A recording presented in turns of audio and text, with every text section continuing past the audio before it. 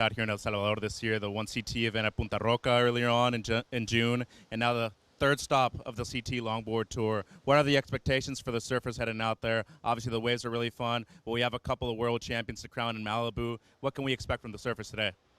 Yeah, I mean, Sunzal is like the dreamiest of dreamy longboard spots. So I think we'll see every part of the criteria, long nose rides, good rail turns, quality footwork, just combinations in the critical part of the wave, and see how long we can hold the rail and hold the nose, right? I think that's the routine. Really stoked to be here. It's such a wave-rich country, and yeah, to be doing the first WSL event at Sunzal is a blessing, and we can't wait to get it going. Appreciate your time, Brian. Thank you. Chris? Well, I really love when it's an easy call to make. I don't think there was any debate when we woke up this morning. The sun came up, it's about head high and just flawless. You're going to see some waves connecting all the way through, which will, of course, be the ones that these surfers are going to be looking for. But regardless, every set that has come through has a lot of scoring potential.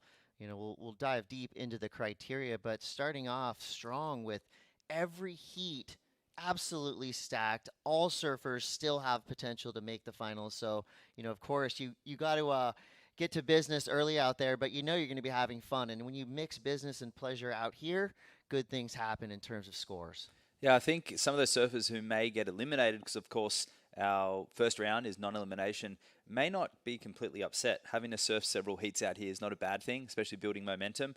It's a pleasure to surf in a heat in a location like this. It's pumping. Absolutely. Well, the WSL has fielded 3 championship tour events for the longboard tour here in 2023. This being the third. The fourth will be the finals coming up. We started in Huntington Beach. Kaniela Stewart and Kalis Kale'opa'a.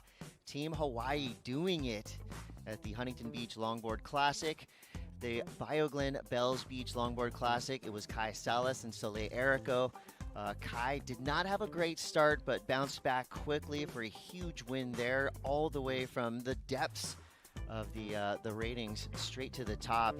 And now we find ourselves in Surf City, El Salvador.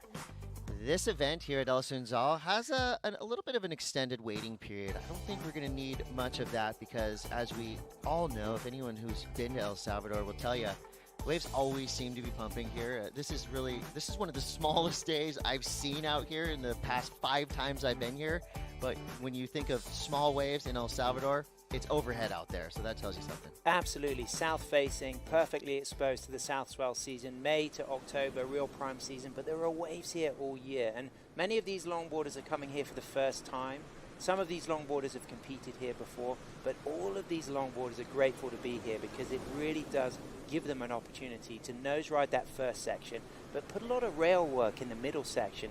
So that will be interesting to see who really shines on that rail work, those variety of cutbacks, the drop knees, the carving turns, and then setting up for that inside section. And it is sometimes it's easy to kind of be hypnotized by the beauty of the surfing that we see, but we also got to remember there is a lot at stake. The Malibu Longboard Championships is right around the corner. 8 surfers on the male side of the bracket, 8 surfers on the female side of the bracket, all leading up to crowning our champions in a one-day Super Bowl of surfing at the marquee spot in the world of longboarding. And we're right in a primetime swell window as well. Malibu has been firing for the last 3 months, so hopefully that trend will continue.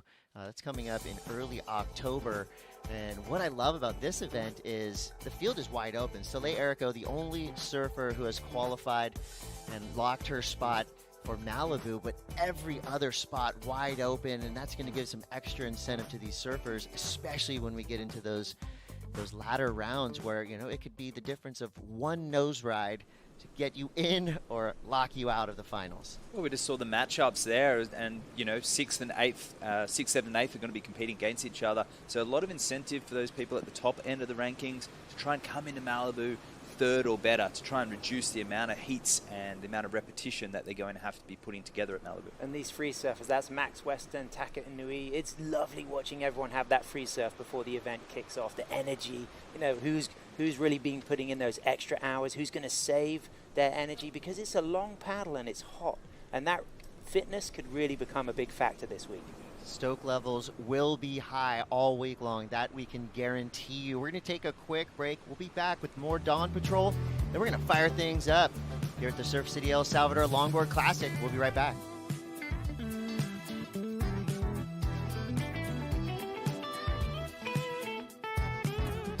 El Salvador has so much diversity.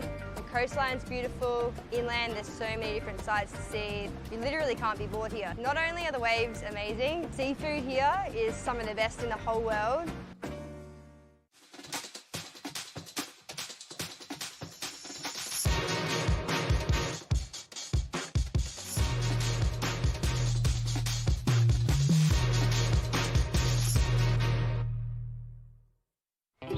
Connection to nature for me is an exchange that happens between human and nature.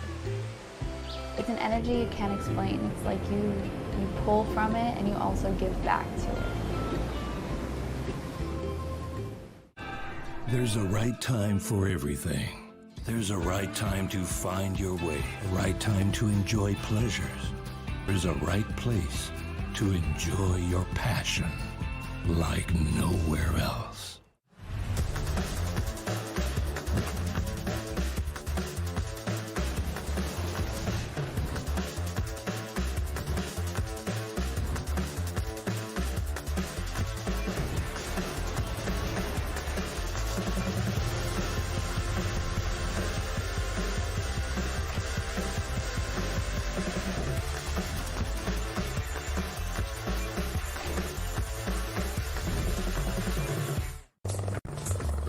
Have you been on a chopper before? I have, but not here in El Salvador.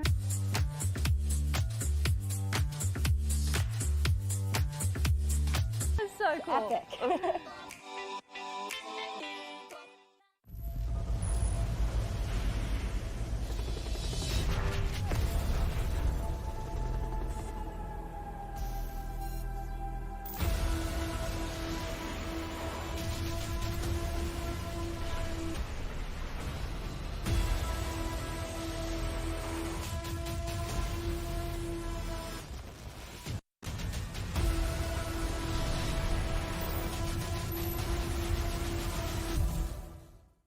It's crazy to think that the same place that makes us feel so afraid can also make us feel the most at peace and connected. So much for the wishes, so much for the cause.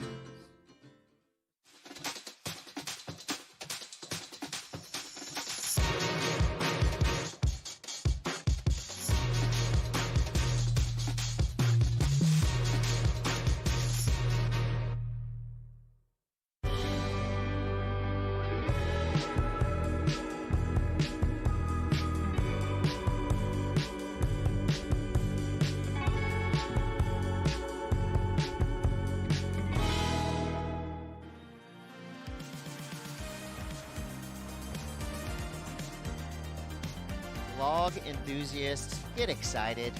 It's on here at the Surf City El Salvador Longboard Classic. We're going to go ladies first here at El Sunzal. Chris Cote here with Matt Chinaski and Sam Leakley. Sophia Colhane, Maria Fernanda Reyes, and Crystal Hewlett will be our opening round Heat 1. But before we get there, we got to go back. We got to write the story here and tell the tale of how we got here today. And we're going to go back to Bells Beach with Kai Salas. Now, Kai Salas, as mentioned earlier, didn't have the greatest start of the year in Huntington Beach, but never count Kai Salas out. He went to Bells, a man on a mission, got a huge victory there in giant, perfect waves at Bells. So Kai Salas puts himself right back in the top of the upper echelon of the ratings. Yeah, Kai really just negotiating the bowl and back at Rincon too, so having to put up with a lot of different conditions and ironing out the kinks that a lot of surfers had problems with and peaking when it counted. Yeah, and you have to remember that Kai Salas has finished second on the WSL World Longboard Tour 3 times in 209, 211 and 218. And in 209 and 211, he actually won the final event of the tour. But he's been an ISA World Champion, so could it be his year to finally get that WSL World Longboard title? It's something that strikes me with Kai Salas. There's kind of a soulful intensity. You see him before the heat. I saw him last night and this morning. I mean, stoic look on his face. He's here to do business, of course, in the ultimate vacation area. But there you see, I mean, what's at stake here. Taylor Jensen into the lead, but not by much. Connie Stewart in second, Kai Sellis third. You've got Declan Whiten down in fourth place. Tony, Eduard, Taka all still in the mix. Rogelio Jr. Esquivel as well. Richie Cravey, he is right there on the cut. And Kai Ellis Flint all still with a chance. I mean, you go down into the rankings, even below our top 9 right there, and you're going to see surfers with a shot. They might have to win the event or maybe just make the quarterfinals. But regardless of how things shake out at the end of this, you know, Kai Salas, you've got to think he is right there within striking distance, about to lock in his spot if he finishes a few heats. Exactly right, Chris. As you see Avalon Gull there, one of the goofy footers in the women's side of the draw. The one thing to note is in 8th and 9th position is the 2 goofy footers in the men's draw. So there's 7 natural footers. So we'll see this wave is susceptible to backside surfing, as you've seen, Sam, in the past, where there's the open canvas, so you can really come under the lip and perform some critical nose rides, which may even be an advantage for surfers on their backside over the front side. Yeah, I've seen some great goofy footers surfing. I've seen Stephen Sawyer, Kevin Scavano, Richie Cravey, and of course J.R. Esquivel. But watch out for Ben Skinner and Kai Ellis Flint. I think those 2 surfers are really going to shine here. Yeah, and what we've seen in the practice sessions is glorious.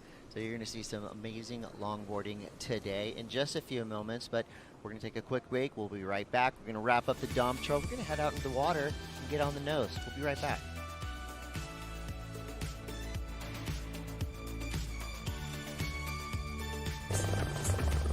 Have you been on a chopper before? I have, but not here in El Salvador.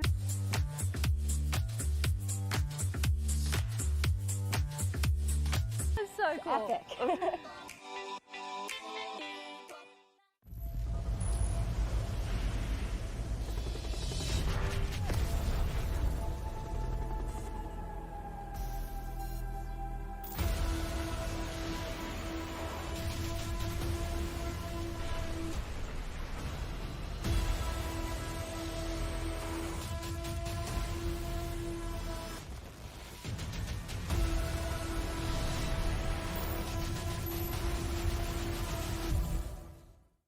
It's crazy to think that the same place that makes us feel so afraid can also make us feel the most at peace and connected. So much for the wishes, there's so much for the call.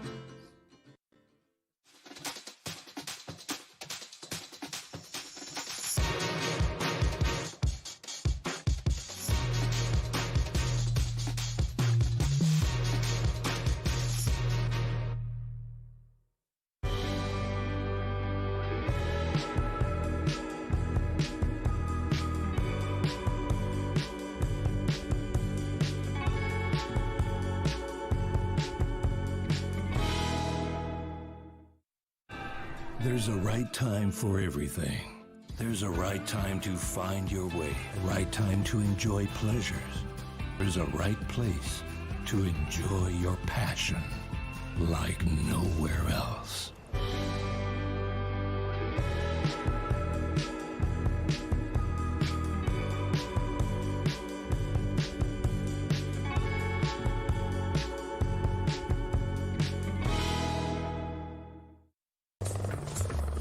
Have you been on a chopper before? I have, but not here in El Salvador.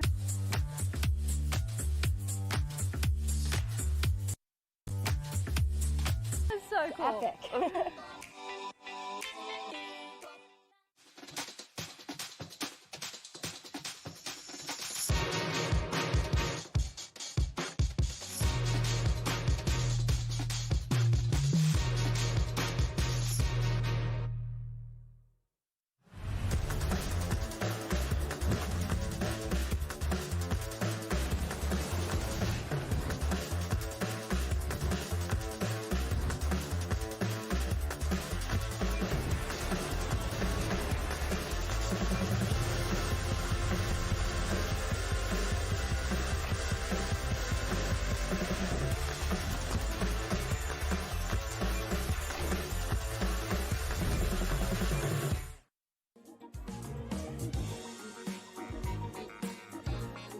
Welcome back to the Surf City El Salvador Longboard Classic. This is Dawn Patrol as we clear the water and make way for our women to kick off the opening round.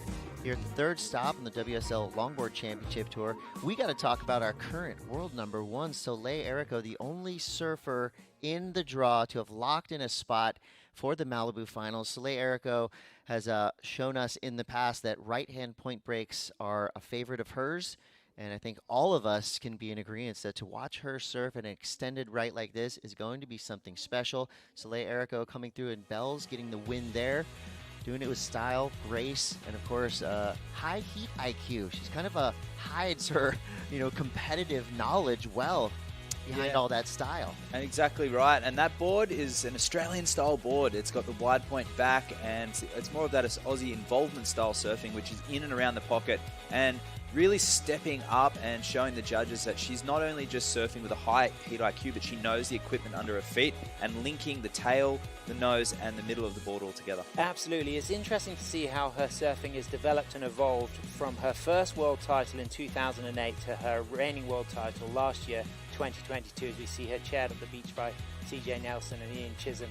And she uses the down carve with that wide point back as a beautiful opportunity to come out of the nose ride and put that expressive down carve, and it'll really shine here at El Sunzal.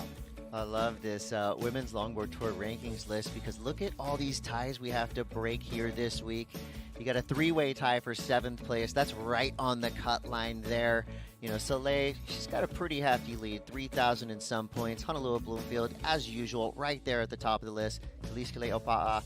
For the women, Hawaii, USA, they've kind of been trading off titles. For the men, Hawaii has had a bit of a drought in titles. Dwayne DeSoto, the last Hawaiian to win a WSL World Championship, and feels like this could be the year that Hawaiians potentially take everything, but not if Soleil Erico has something to say about it. Yeah, absolutely, but there's many other surfers in the draws with there's so many situations that could happen at this event, and what a fitting place. It's a combination between Bells and Malibu, and we're warming up. Yeah, and someone who has looked really good warming up, Kiani Canulo. Her cutback, for me, one of the most dynamic cutbacks in women's longboarding right now. You're going to see a lot of cutbacks at this wave, I guarantee you that. It's the cutbacks that shine that will get the response from the judges in a big way. We've got one more break, and then we're going to come back, and we're going to kick things off here at the Surf City El Salvador Longboard Classic. You're going to be in for a treat. This is going to be a full day of beautiful surfing. Stay tuned. We'll be right back.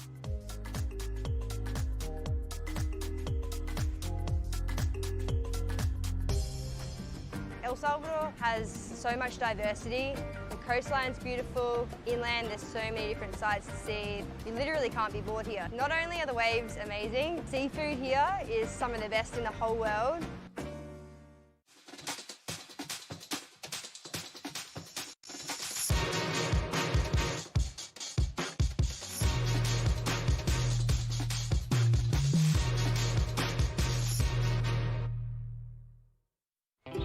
Connection to nature for me is an exchange that happens between human and nature. It's an energy you can't explain. It's like you pull from it and you also give back to it. There's a right time for everything. There's a right time to find your way, a right time to enjoy pleasures. There's a right place to enjoy your passion like nowhere else.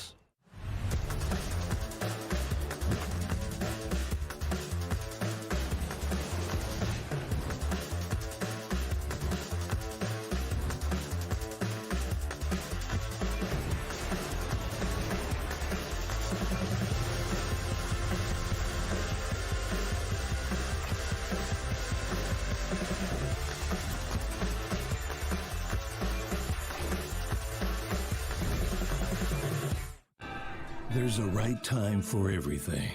There's a right time to find your way, a right time to enjoy pleasures. There's a right place to enjoy your passion like nowhere else.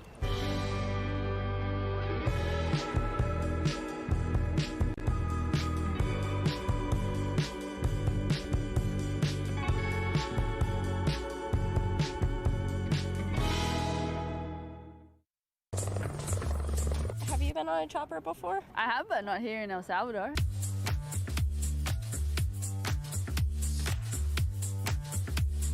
It's so cool. Epic.